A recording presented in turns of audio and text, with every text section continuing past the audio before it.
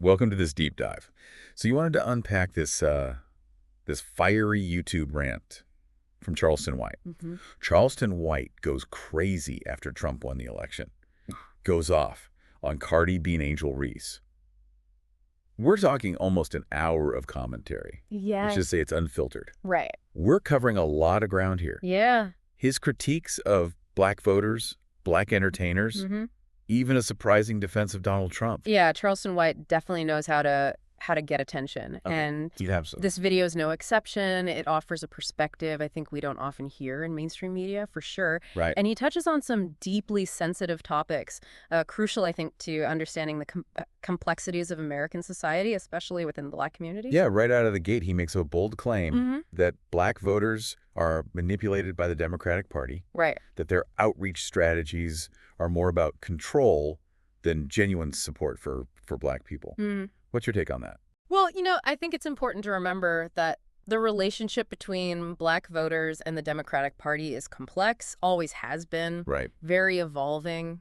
For generations, the Democratic Party was seen as the party of civil rights. Mhm. And Black voters played a pivotal role in many of the party's victories. Right. However, in recent decades, there's been this, growing disillusionment among some Black voters who feel that the party has just taken their support for granted Yeah. and really hasn't delivered on its promises. So it's not as simple as saying No, black voters are just blindly loyal to Yeah. one party. not at all.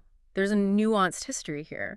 And White taps into a sentiment, right, that's been brewing for some time. Right. This sense that the Black community's needs and concerns haven't been adequately addressed by the political establishment. Yeah. By anyone, really. He doesn't hold back when it comes to calling out black entertainers. Oh, yeah.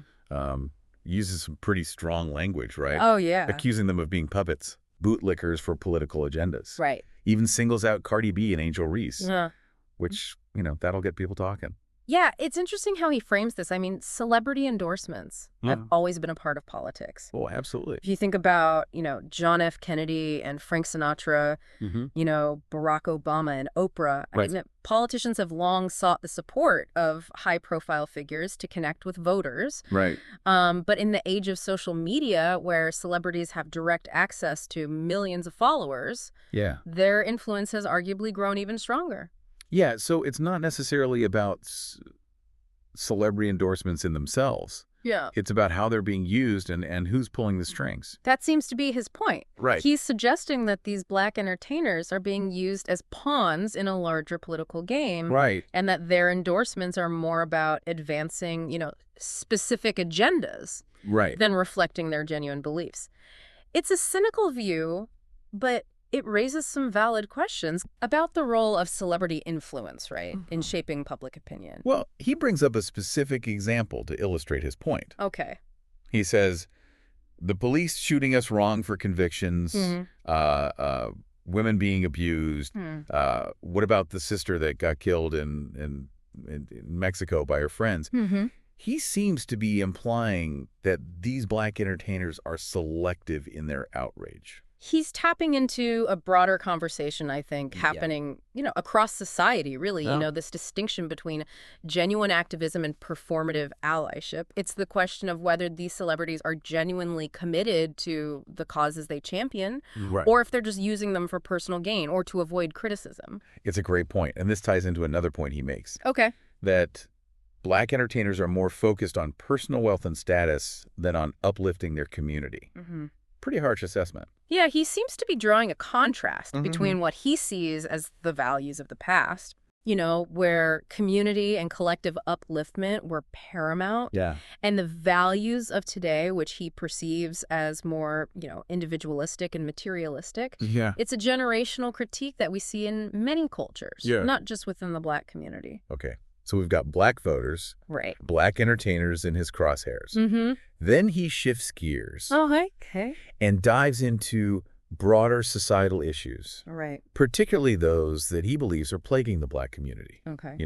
Crime, poverty, and family structures. These are incredibly complex and sensitive topics Yeah. that require a nuanced approach. Of course. White speaks from a place of personal experience, we know that. Sure. And while his observations may resonate with some, it's important to remember that his perspective is just one among many. Well, he specifically cites the breakdown of the black family Right. as a root cause of many of these problems. That's a perspective that's been debated for decades. You know, while there's no denying that family structures have evolved significantly over time, attributing complex social problems solely to the breakdown of a particular family model, I think oversimplifies the issue. Yeah, There's a multitude of factors at play here, of course. including systemic racism, economic inequality, and lack of access to opportunities. And this leads into perhaps the most surprising element of this whole rant. Okay. Charleston White's full-throated defense of Donald Trump. This is where White's perspective really diverges from the mainstream narrative, especially within the black community. Absolutely. He challenges the prevailing view of Trump as a racist and argues that some of his policies, such as opportunity zones and funding for HBCUs, directly benefited black Americans. I've heard of opportunity zones. Could you explain exactly what they are and how they work? Sure. So opportunity zones are a federal program designed to encourage long-term investments in low-income communities. Okay.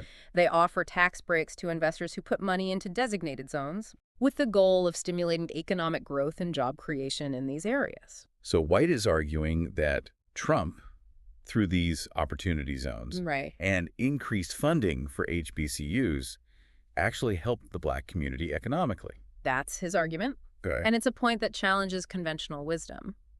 While the program's effectiveness is still being debated, and there are concerns about whether the benefits truly reach the intended recipients, it's important to acknowledge that some black communities did see economic improvements during Trump's presidency. It's definitely a different perspective than what we typically hear. Right. And it speaks to the diversity of viewpoints within the black community when it comes to politics and economics. It highlights the fact that monolithic thinking about any group of people is always a mistake. Right. There are a wide range of perspectives within the black community. Sure. And White's views, while controversial, represent one piece of that complex mosaic. Yeah, that's already a lot to process, and we're just getting started. No, right? White goes on to tackle police immunity, gender roles, even hip-hop culture. He certainly doesn't shy away from controversial topics. No, he does not. Let's see what other insights or perhaps inflammatory statements he has in store for us. Exactly. You mentioned Charleston White's pretty pointed criticism of certain black entertainers. Yeah. What specifically caught your attention about his comments on Angel Reese? Well, he certainly didn't hold back. Yeah. He takes issue with what he sees as her, provocative style, even going so far as to suggest she's transitioning from basketball toward a career in adult entertainment. Wow. He even says maybe she's bringing more dudes to to become WNBA fans, though. That's what you say. You want to see you want to see girls dressed naked and shoot. Well, it's evident that White holds strong opinions on gender roles and how women, especially black women in the public eye, should present themselves. Right. And his commentary on Angel Reese seems to really stem from those deeply ingrained beliefs. He's clearly uncomfortable with what he perceives as the over-sexualization of female athletes. And he doesn't mince words expressing that view. Yeah. But is there more to unpack here? Absolutely. Well, White is entitled to his opinion. Sure. It's crucial to recognize the potential harm in reducing a female athlete's achievements and aspirations to her physical appearance or perceived sexuality. Right. Such commentary perpetuates harmful stereotypes and undermines the significant strides women have made in professional sports. So it's not just about Angel Reese's style or behavior. No. But about the larger context of how female athletes are often judged and perceived. Exactly. White's comments tap into a long-standing double standard that women in sports, unfortunately, often face. They are expected to be both talented and attractive. Right. And their accomplishments are often overshadowed by discussions of their appearance. It's true. And it's not just Angel Reese who draws White's ire. Right. He also takes aim at Cardi B, accusing her of using her platform to promote what he considers immoral behavior. He even brings up her past as a stripper, saying, we can't forget Cardi B says she used to drug man and rob. Well, White's criticism of Cardi B appears rooted in his, traditional views on morality and gender roles. He seems to disapprove of both her past and her current persona, Right. which he sees as having a negative influence, especially on young black women. Yeah, it's interesting that he contrasts Cardi B with Nicki Minaj, Right. whom he sees as a more positive representation of black womanhood. Yeah. He praises Minaj for not fucking her way to the top, which is a pretty loaded statement. Yeah, White's commentary reveals a lot about his personal values and his perception of successful black women. He seems to have a specific ideal in mind, one that emphasizes traditional femininity and respectability. Right, and anyone who deviates from that ideal, like Cardi B, is subject to his judgment and criticism. Exact. It's a pretty narrow view, wouldn't you say? It certainly is. And it reflects a tendency, I think, to essentialize and categorize individuals based on preconceived notions, rather than acknowledging the complexities and nuances of human experience. This ties back to White's broader critiques of black culture, particularly his views on hip-hop. Right. He seems to believe that the genre has become too focused on violence, materialism, and sexual explicitness, straying from its roots as a voice for social commentary and empowerment. Well, hip-hop, like any art form, reflects the society and times in which it's created. You know, it has always been a powerful tool for social commentary, but it has also evolved and diversified over time. White seems to miss what he calls the golden age of hip-hop, Yeah. when he believes the lyrics were more focused on social issues and storytelling. He even tries to pay a young artist to rap about something other than violence. Really? He says the artist couldn't do it. Wow. He's like, that's all they know. His frustration is understandable. Yeah. He perceives a disconnect between the values he holds dear and the messages he hears in much of contemporary hip-hop. Yeah, it seems like he's longing for a return to a more authentic and socially conscious form of hip-hop. Right. One that resonates with his own values and experiences. It's a sentiment shared by many who grew up with hip-hop. Right. You know, witnessing its evolution and commercialization. But it's important to remember that art evolves with society. Yeah. And hip-hop today reflects the realities and experiences of a new generation.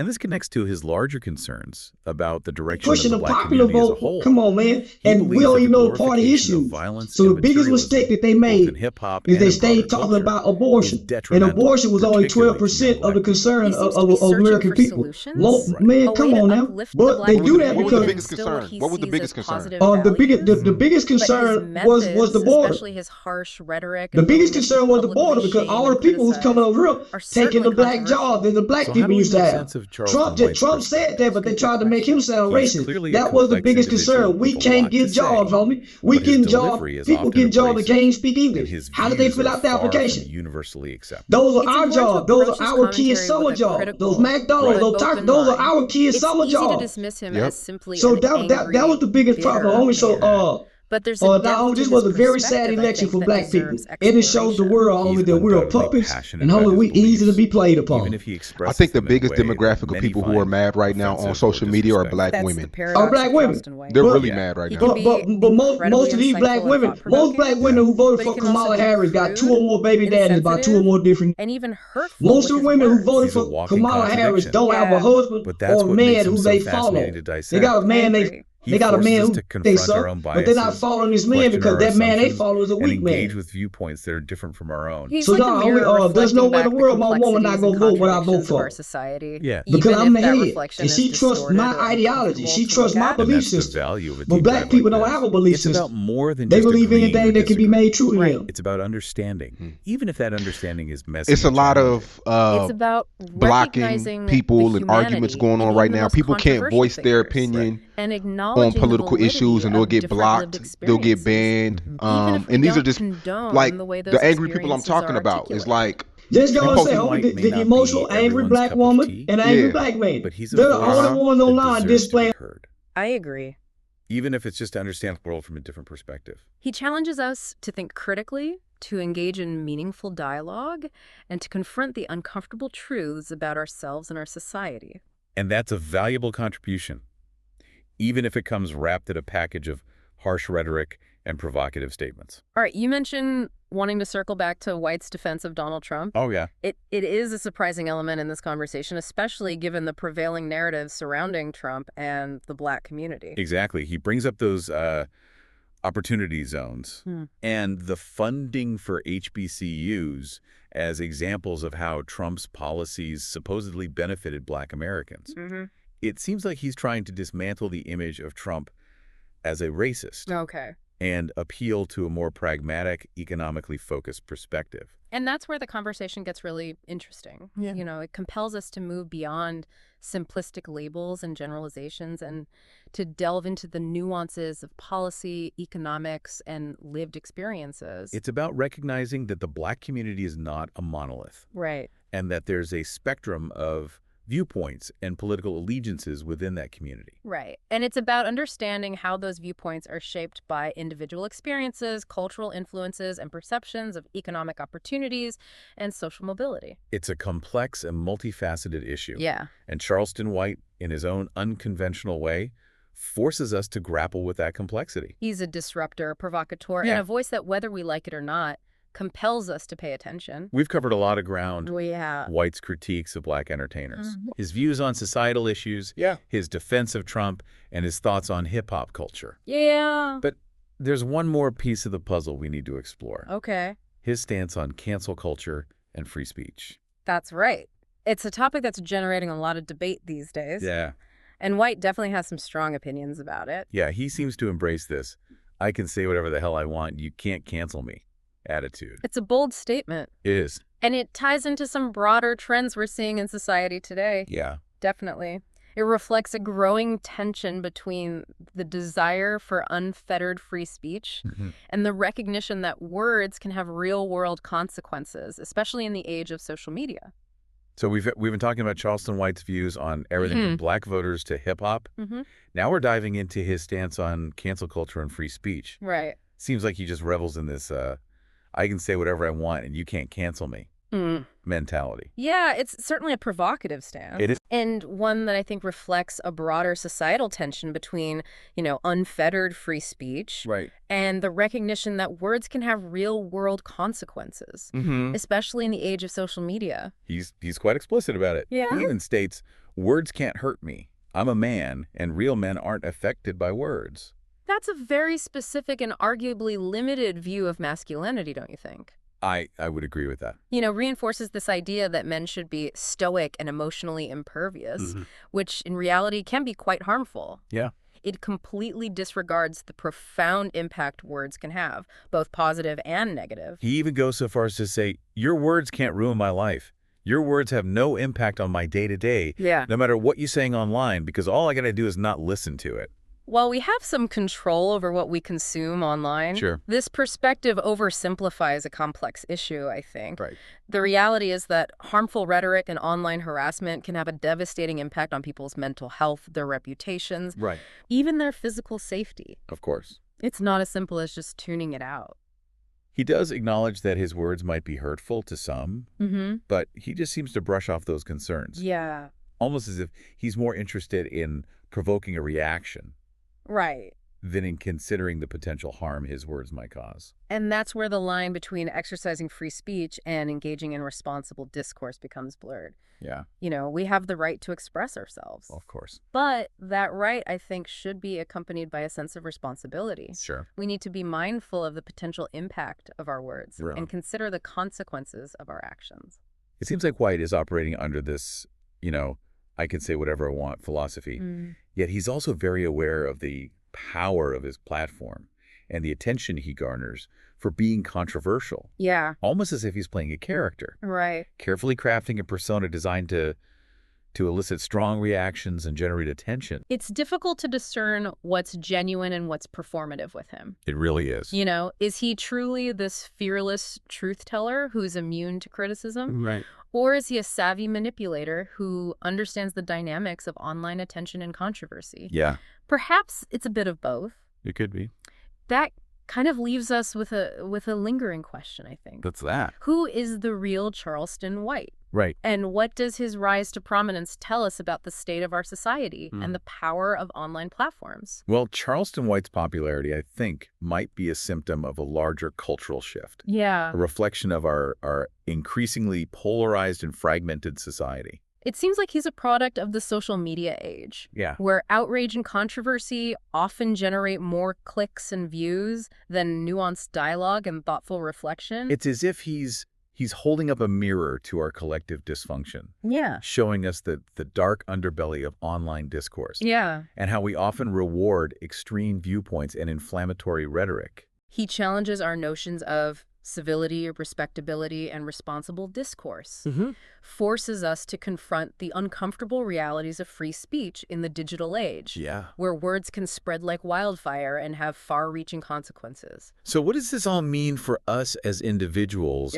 navigating this complex digital landscape? Right. How do we discern between genuine social commentary and inflammatory rhetoric? Right. How do we engage in meaningful dialogue without falling into the traps of outrage and division? Those are indeed the million-dollar questions. There. I believe it begins with critical thinking, developing our media literacy skills, and learning to recognize the tactics of manipulation and persuasion often used online. It's about recognizing our own biases, Yes. challenging our assumptions, being open to engaging with viewpoints that differ from our own, even if those viewpoints make us uncomfortable. And let's not forget that behind every screen name, every avatar, every controversial statement, there's a human being with their own unique experiences and perspectives. Finding ways to connect with that shared humanity, even amidst the noise and chaos of the digital world, is crucial. It's a tall order, Yeah. but essential if we strive to create a more just, equitable, and compassionate society. Well, there you have it. Our deep dive into the world of Charleston White comes to an end. It does. He certainly gave us a lot to think about, wouldn't you say? Absolutely. It's been a fascinating, if at times unsettling journey to the mind of a man who's both a product and a reflection of our times. And remember, this deep dive was crafted just for you. That's right. We hope you found it insightful, thought-provoking, and maybe even a little bit entertaining. As always, we encourage you to continue exploring these complex topics on your own. Yes. Engage in thoughtful dialogue with others, and never stop questioning, learning, and growing. Thanks for joining us on the deep dive. Until next time. Until next time, keep thinking, keep questioning, and keep diving deep.